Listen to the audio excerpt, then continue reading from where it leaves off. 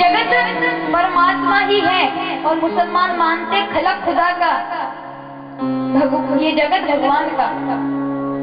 ये हिंदू भी मानता है कि जगत भगवान का है, पर केवल एक ही बात में नहीं महाराज, वो मानता है कि जगत परमात्मा का है, पर परमात्मा ही जगत बन के हमारे सामने उपस्थित है, इसलिए वो हिंसा नहीं करता, इसलिए वो किसी को मारता नहीं, कि हर एक जगत में, हर एक प्राणी में परमात्मा है,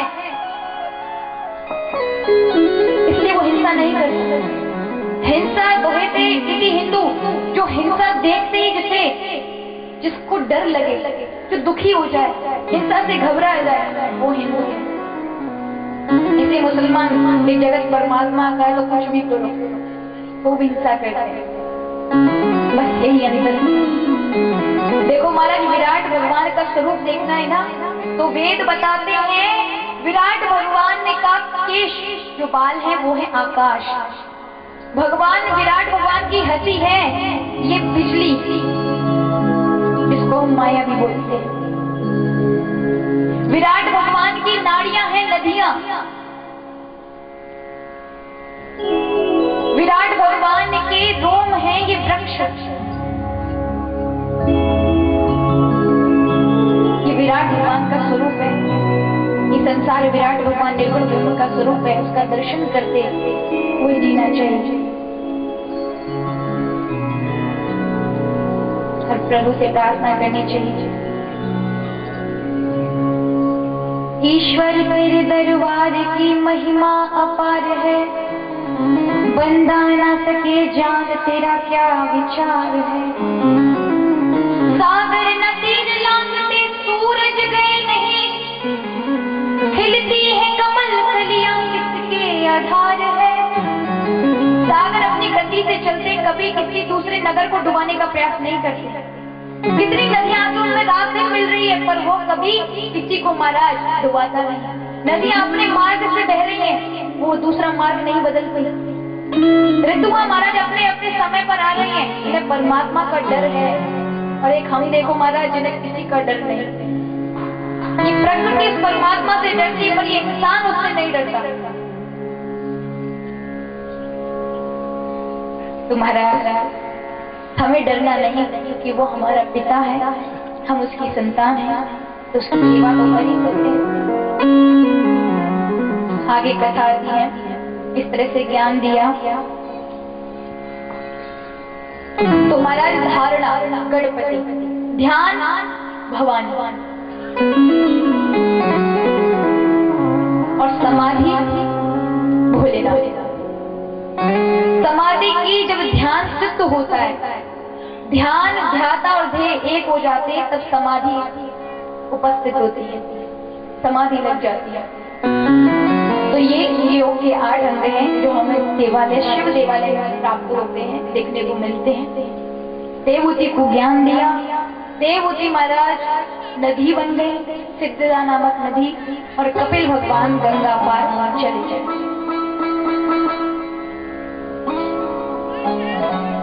तो महाराज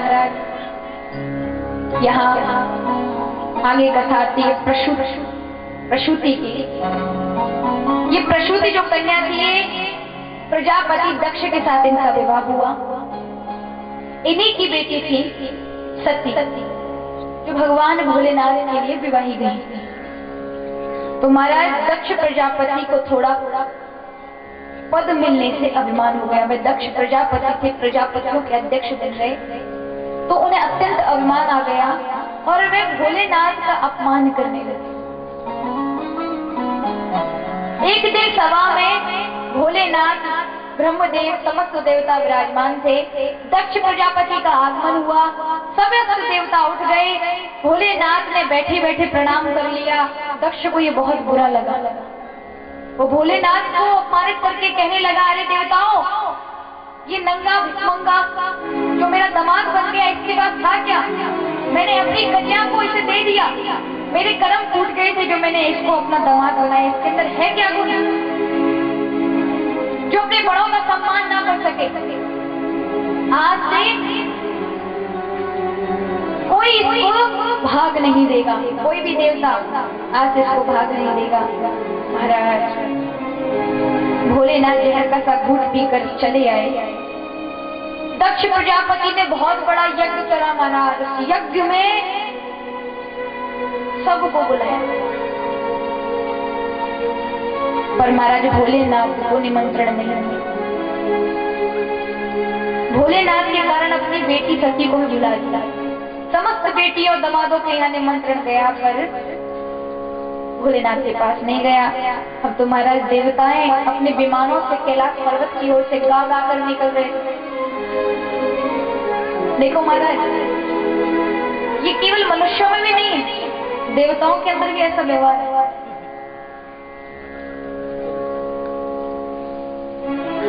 कार्ड मिला उन्हें निमंत्रण का कार्यक्रम का, और पड़ोसी को पता चल जाए कि बगल वाले पड़ोसी को कार्ड नहीं मिला है, तो फिर जाएंगे उसके पास, हमें तो कार्ड मिला है, हम तो वहां जाएंगे, हमें तो कार्ड मिला है। अरे भैया कार्ड में तो चुपचाप धरनी ले, हाँ बताने जा रहा है कि कार्ड मिला है कार्यक्रम का। इसी तरह से देवता है, जब निमंत्रण मिलेगा तो कहीं और से भी जा सकते थे, जरूरी था कैलाश पर्वत की ओर से गा गा के निकलो। महाराज कैलाश पर्वत की ओर से गा गा के निकल रहे हैं, उनकी स्त्रियां गा रही हैं। सती ने देखा, अपने पति से पूछा, हे भोलेनाथ स्वामी ये सारे देवता कहाँ जा रहे हैं? बोले ये देवी ये तुम्हारे पिता के यज्ञ में जा रहे हैं। सती ने कहा हमारे पिता का यज्ञ है और देवता आनंद ले रहे हैं, हमें भी जाना चाहिए।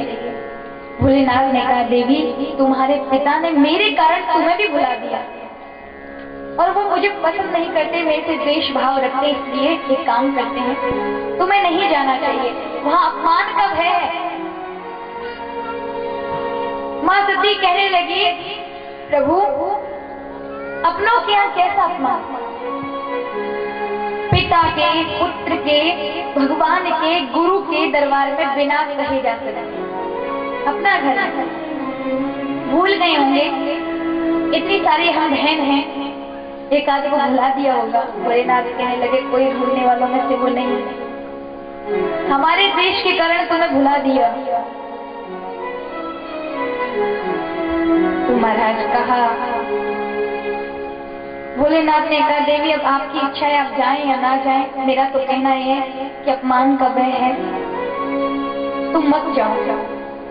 महाराज सती अंदर जाती बाहर निकलती, अंदर जाती बाहर निकलती, कभी पिता का मोह खींचता तो बाहर निकल आती, कभी पति का प्रेम खींचता तो अंदर आ जाती, पर पिता का मोह तीव्र था महाराज, तो चल दी, मुझे तो पिताजी के यहाँ जाना है। जब चल दी तो भोलेनाथ ने नंदीगणों को भेज दिया साथ में। नंदीगण महाराज जा रहे हैं, दक्ष के यहाँ आई, दक्ष ने सम्मान नहीं किया उनका। तब भी सती ने कोई महाराज ग्लानि नहीं की मन में, माता बहनों से मिली, पर देखा मेरे पति का भाग होगा, चलो यज्ञ में देख लूं। महाराज सब जगह घूम आई, पर कतहु ना दीख शंभु कर भागा, कहीं भी उन्हें अपने पति का भाग नहीं दिखा। तो सती क्रोधित हो गई, कहने लगी यदि मैं अब अपने पति के यहाँ जाऊंगी और वो मुझसे कहेंगे हे दक्ष कुमारी लौट आई, तो मैं क्या जवाब दूंगी? इसलिए मैं अपने शरीर का ही त्याग करूंगी। दक्ष के समक्ष जाके कहने लगी हे पिताजी तुमने मेरे पति का अपमान किया है, ये देवताओं को तुम प्रधान देवता मानकर बैठे हो, जिन ब्रह्म देव को तुम प्रधान देवता मान के बैठे हो, वे मेरे पति की प्रसादी माला पहनते हैं, उतरी हुई माला पहनते हैं, वे महादेव हैं, तुमने उनका अपमान किया है। और जिस पिता ने उनका अपमान किया, मैं उनकी संतान हूँ, इसलिए अब मैं उनको कैसे मुंह दिखाऊंगी? महाराज उसी समय गिर जाते हैं खबर कुंड में।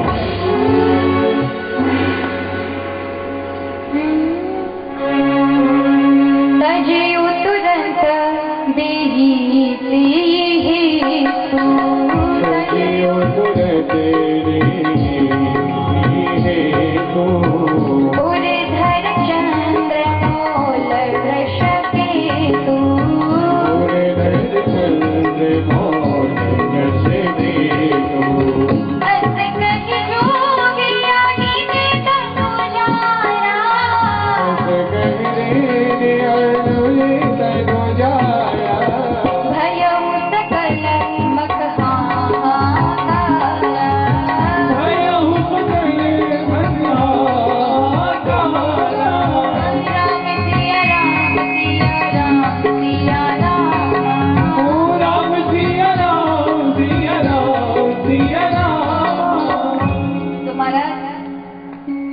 हमारे बीच अभी भोलेनाथ माँ पार्वती आ रहे हैं। अभी नहीं आ रहे, पर कथा माँ विवाह तक पहुंचेगी तब आएंगे, तो हमें विवाह तक कथा भी पहुंचानी है।